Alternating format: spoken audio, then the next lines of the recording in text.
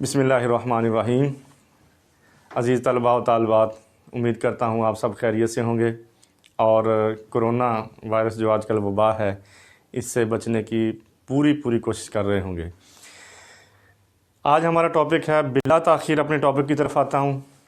آج ہمارا ٹاپک ہے بڑا ہی اہم۔ ہم نے اسم بھی کیا، فعل بھی پڑھا اور اس کے بارے میں، اس کی اقسام کے بارے میں سب کچھ پڑھا ہے۔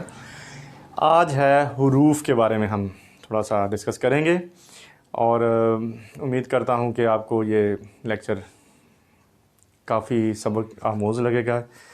تو بلا تاخیر شروع کرتا ہوں حروف کی اقسام کے بارے میں۔ سب سے پہلے ہم دیکھیں گے کہ حروف ہوتے کیا ہیں، حرف کہتے کسے ہیں۔ لکھتے ہیں حرف۔ حرف کسے کہتے ہیں؟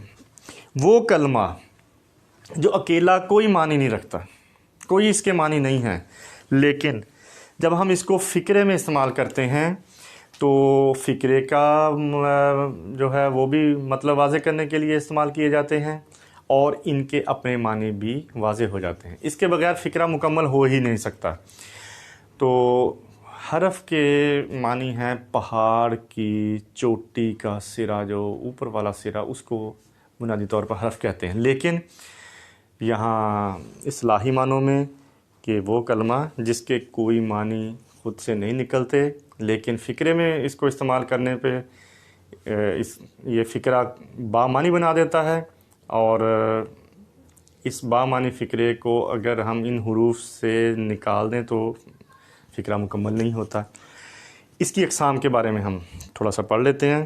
نمبر 1 پہ ہے حروف جار،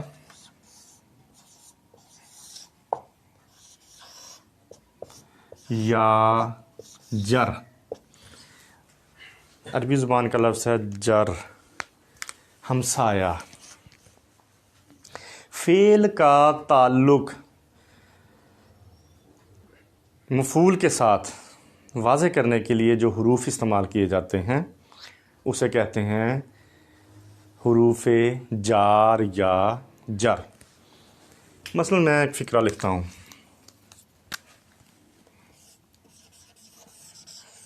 اسلم گھر سے مسجد تک گیا۔ یہ آپ کو پتہ ہے اسلم جو ہے یہ فاعل ہے، اسم بھی ہے، فاعل بھی ہے۔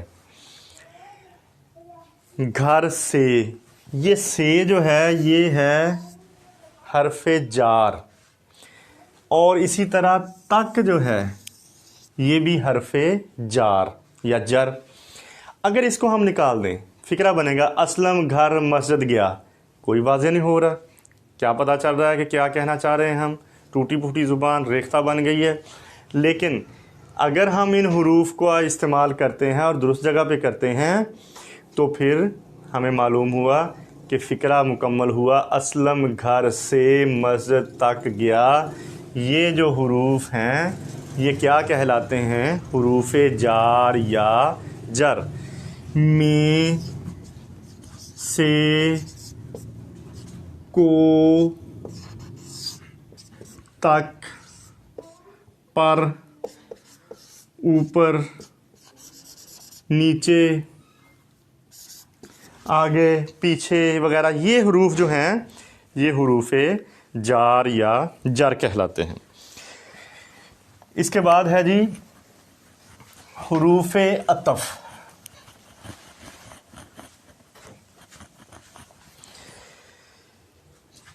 حروف جار کا جو میں نے بتایا یہ الفاظ مکمل کرنے میں مدد دیتے ہیں، فقرات مکمل کرنے میں مدد دیتے ہیں۔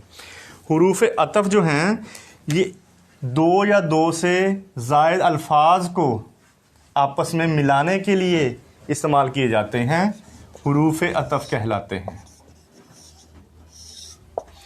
دو یا دو سے زائد الفاظ کو آپس میں ملانے کے لیے جو حروف استعمال کیے جاتے ہیں اسے کہتے ہیں حروف عطف۔ واو اور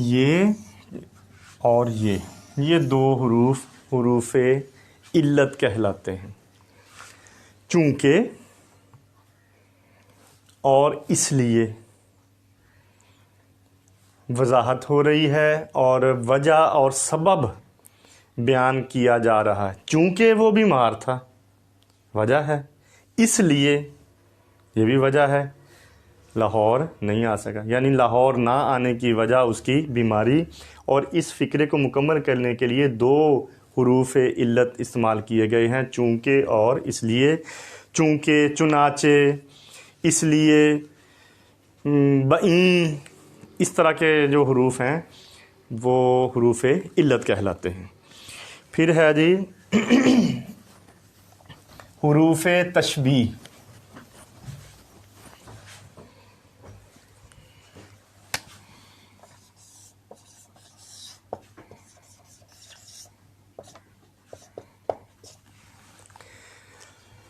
کسی چیز کو دوسری چیز کی مانند قرار دینے کے لیے جو حروف استعمال کیے جاتے ہیں اسے کہتے ہیں حروف تشبیہ۔ کسی چیز کو دوسری چیز کی مانند قرار دینے کے لیے جو حروف استعمال کیے جاتے ہیں حروف تشبیہ کہلاتے ہیں۔ نازک کی اس کے لب کی کیا کہیے، پنکھڑی ایک گلاب کی سی ہے۔ اس میں کی سی جو ہے وہ حرف تشبیہ، کی سی، کا سا، کی مانند، اکیلا مانند بھی،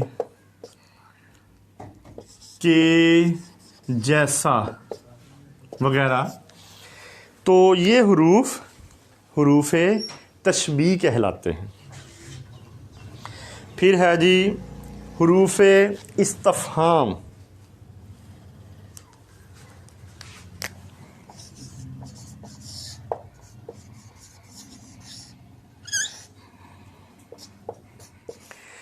پھر ہے جی حروف استفہام۔ پوچھنے کے انداز میں جو فقرات میں ہم حروف استعمال کرتے ہیں اسے کہتے ہیں حروف استفہام۔ مثلا کون، کب، کہاں، کیسے، کیا، یہ حروف جو ہیں یہ حروف استفہام کہلاتے ہیں۔ اس کے بعد ہے جی حروف ندا۔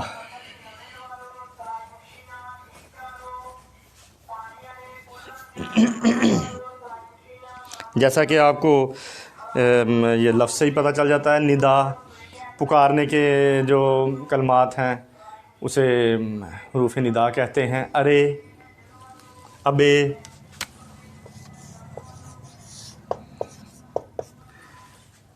ارے، ابے۔ اچھا، کسی کو ہم عزت اور احترام کے ساتھ جب بلاتے ہیں تو ہم کہتے ہیں جناب یا جناب علی۔ اس طرح کے حروف جو ہیں یہ حروف ندا، پکارنے والے حروف کہلاتے ہیں۔ اس کے بعد ہے جی حروف انبساط، خوشی اور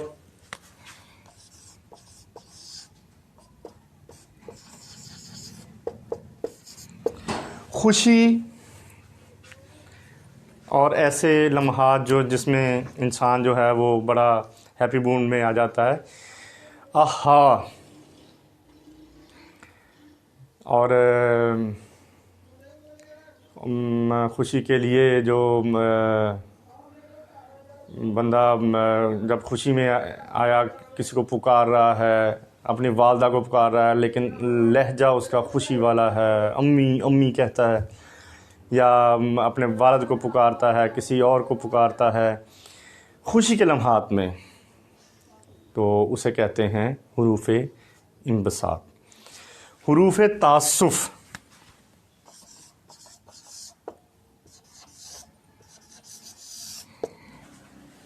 افسوس والے جتنے بھی کلمات ہیں، افسوس، آہ، اف، ہائے وغیرہ وغیرہ، یہ حروف تعسف کہلاتے ہیں. تعسف. امید کرتا ہوں کہ آج کا لیکچر آپ کو اچھا لگا ہوگا، کیونکہ حروف کے بارے میں عموماً دیکھا گیا ہے کہ اسٹوڈنٹس کو اتنی آگاہی نہیں ہوتی. تو آج کا لیکچر آپ کے لیے انتہائی انفارمیٹو اور آپ کی جو حروف میں جو تشنگی ہے اس کے لیے انتہائی مفید ہوگا. اجازت دیجیے، اللہ نے کے بعد.